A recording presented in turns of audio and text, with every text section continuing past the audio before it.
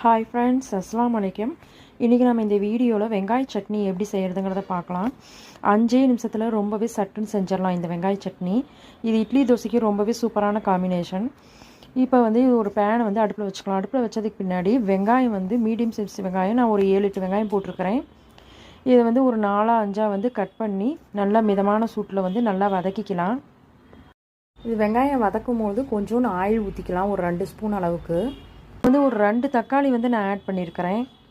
ரொம்பவே அதிகமாக தக்காளியும் போடக்கூடாது. ரொம்ப அதிகமாக தக்காளி போட்டால் ரொம்பவே புளிச்ச மாதிரி இருக்கும் சட்னி. மிக்ஸ் பண்ணி விடுங்க. நல்லா வதங்கட்டும். வதங்கினதுக்கு பின்னாடி தேங்காய் ஒரு அரை மூடி அளவுக்கு போட்டிருக்கிறேன். தேங்காவுமே இதிலே போட்டுக்கலாம். அடுத்தது மல்லித்தலை நல்லா ஒரு கைப்பிடி அளவுக்கு போட்டிருக்கிறேன். அதில் கொஞ்சோண்டு வெந்தயம் இதில் நான் ஆட் பண்ணுறேன். வெந்தயம் ஆட் பண்ணதுக்கு பின்னாடி கருவேப்பிலை ஆட் பண்ணிக்கலாம். கருவேப்பிலை போட்டதுக்கு பின்னாடி 2 வரமிளகா தான் நான் போட்டிருக்கிறேன். உங்களுக்கு காரத்துக்கு எவ்வளோ தேவையோ நீங்கள் அந்தளவுக்கு போட்டுக்கோங்க. அடுத்தது அதில் கொஞ்சோண்டு கடுகு போட்டுக்கிறேன். கடுகு போட்டதுக்கு பின்னாடி நல்லா ஒரு 5 நிமிஷம் மீடியம் ஃப்ளேம்லேயே வச்சு நல்லா வதக்கி விடுங்க. வதங்கினதுக்கு பின்னாடி இதை நல்லா ஆற விட்டதுக்கு பின்னாடி ஜாரில் போட்டு நல்லா நைஸாக அரைச்சிக்கலாம். தேவையான அளவு உப்பு அதிலே போட்டுக்கோங்க. அரைச்சதுக்கு பின்னாடி இதை தாளிச்சிக்கலாம்.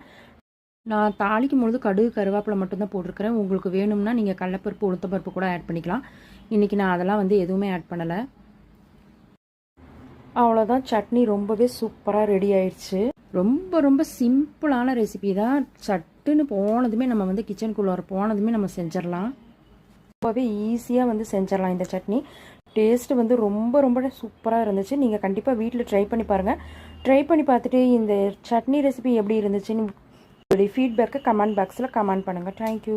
ஹலோ ஃப்ரெண்ட்ஸ், இந்த வீடியோ பிடிச்சிருந்துச்சுன்னா லைக் பண்ணுங்கள், ஷேர் பண்ணுங்கள். மறக்காம வீடியோ ரெசிபி சேனல் சப்ஸ்கிரைப் பண்ணாதவங்க சப்ஸ்கிரைப் பண்ணுங்கள். பக்கத்தில் இருக்க பெல் பட்டனை கிளிக் பண்ணிக்கோங்க. அப்போ தான் நாங்கள் போகிற வீடியோஸ் உடனுக்கு வரும்.